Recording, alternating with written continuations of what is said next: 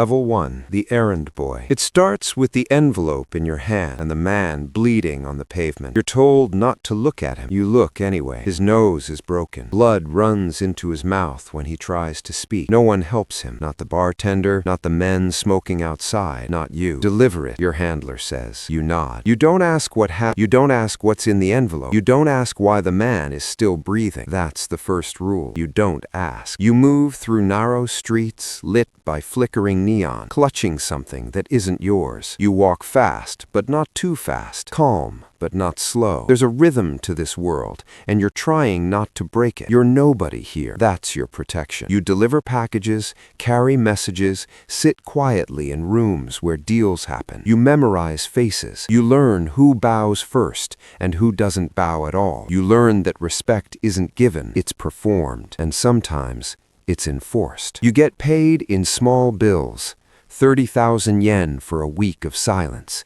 It's more money than you've made before, but it doesn't feel like yours. Nothing here feels like yours. At night, you replay everything.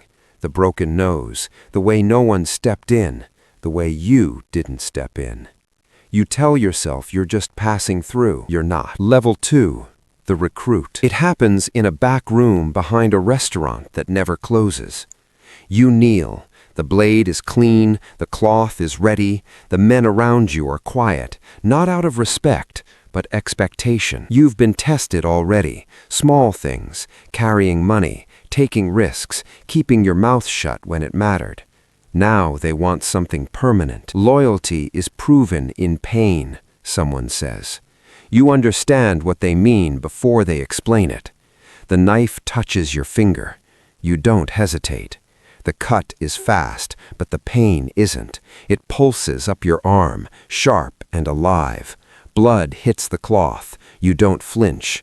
You can't. They watch your face, not your hand. This is the second rule. Pain is currency. You're given a name after that, not your real one, something cleaner, something useful. You're assigned to a senior member. You follow him everywhere. You observe how he talks, how he negotiates, how he threatens without raising his voice. Violence isn't loud here. It's precise. You start collecting debts, not asking, collecting.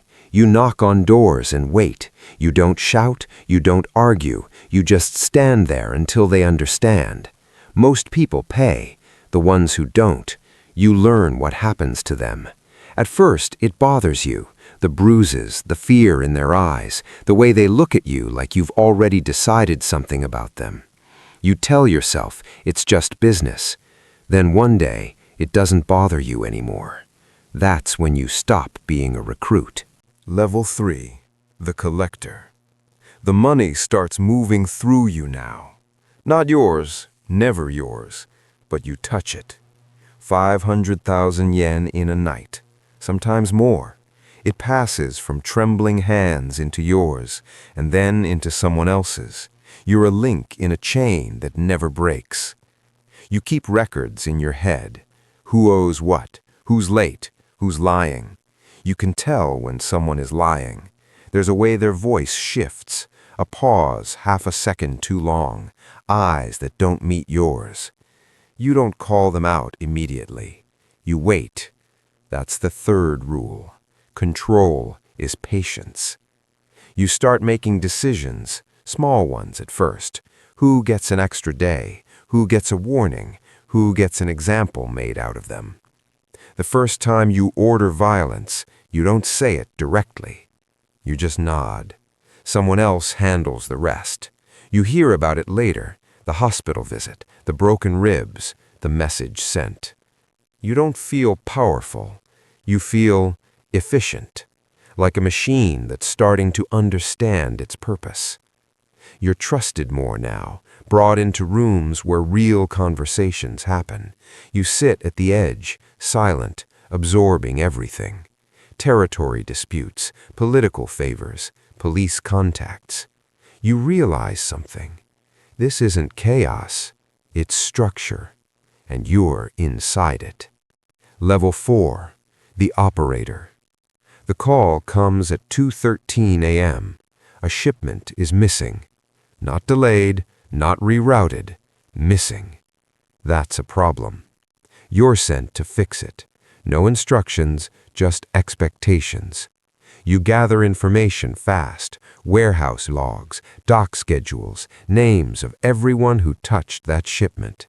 You don't panic, you don't rush. You narrow it down to one man, a driver. He's been with the organization for 6 years, clean record, quiet life. That doesn't matter. You find him in his apartment. He opens the door halfway before realizing who you are. That's enough. You step inside. You don't raise your voice, you don't threaten him. You just explain the situation.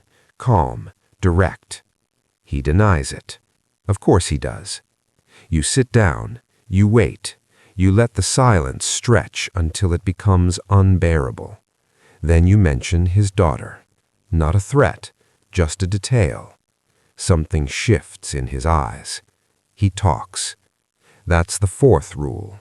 Information is leverage. You recover the shipment, 12 million yen worth of product. You return it without loss. The driver disappears. No one asks where he went. You're no longer following orders. You're executing outcomes. And people start treating you differently. Not with warmth, with caution. Level 5. The Lieutenant. You don't walk alone anymore. 2 men follow you everywhere. Not for protection, for presence. You represent something now. A territory, a group, a piece of the system. You manage operations, loans, businesses, connections. You oversee multiple collectors, multiple operators. You don't touch the street as much. You control it. Money flows upward through you, millions every month. Clean fronts, dirty channels, everything balanced. Mistakes aren't tolerated. You hold meetings, short, efficient. You don't repeat yourself. You don't need to. People listen, and if they don't, you replace them. That's the 5th rule. Loyalty is temporary. Results are permanent. You start dealing with external forces, police officers who look the other way, politicians who need favors, corporate figures who pretend they don't know you. Everyone knows. They just don't say it. You begin to feel something new. Distance. From the streets, from the fear, from the version of you that hesitated. You make decisions that affect dozens of lives without seeing their faces, and it feels normal. That's when you realize how far you've come and how far you can still go. Level 6. The Boss. The room is silent when you enter, not out of fear, out of recognition. You don't rush anymore. You don't react. Everything is measured, every word, every movement. You run an organization now, not just operations, an ecosystem. Territories, alliances, rivalries. You negotiate with other groups. You resolve conflicts before they become wars, or you start them. That's the 6th rule. Power is deciding when violence is necessary and when it isn't. You sign off on decisions that never reach the surface, businesses acquired, people removed, debts erased or enforced. You don't see the consequences directly. You don't need to. They reach you in reports, numbers, outcomes. You trust your lieutenants, not completely, never completely. Trust is a tool, not a feeling. You start to feel the weight, not guilt, responsibility. Everything moves because you allow it to, and if it stops, it's because you decided it should. You sleep less, not because you're busy, because you're aware. There's always someone watching, waiting, calculating, just like you did. Level 7. The Chairman. You're no longer in the system. You are the system. Your name carries beyond your territory, beyond your city. It opens doors in places you've never been. You don't handle operations anymore. You shape direction, long-term moves, strategic alliances, generational plans. You think in years now, decades. Money isn't counted in cash anymore. It's influence, ownership, control over industries that don't even look connected. You meet with men who don't introduce themselves, rooms with no windows, conversations that never get recorded. You speak less. You don't need to say much. Others fill in the gaps. That's the seventh rule. Silence creates authority. You become harder to reach, even for your own people. Layers form between you and the street.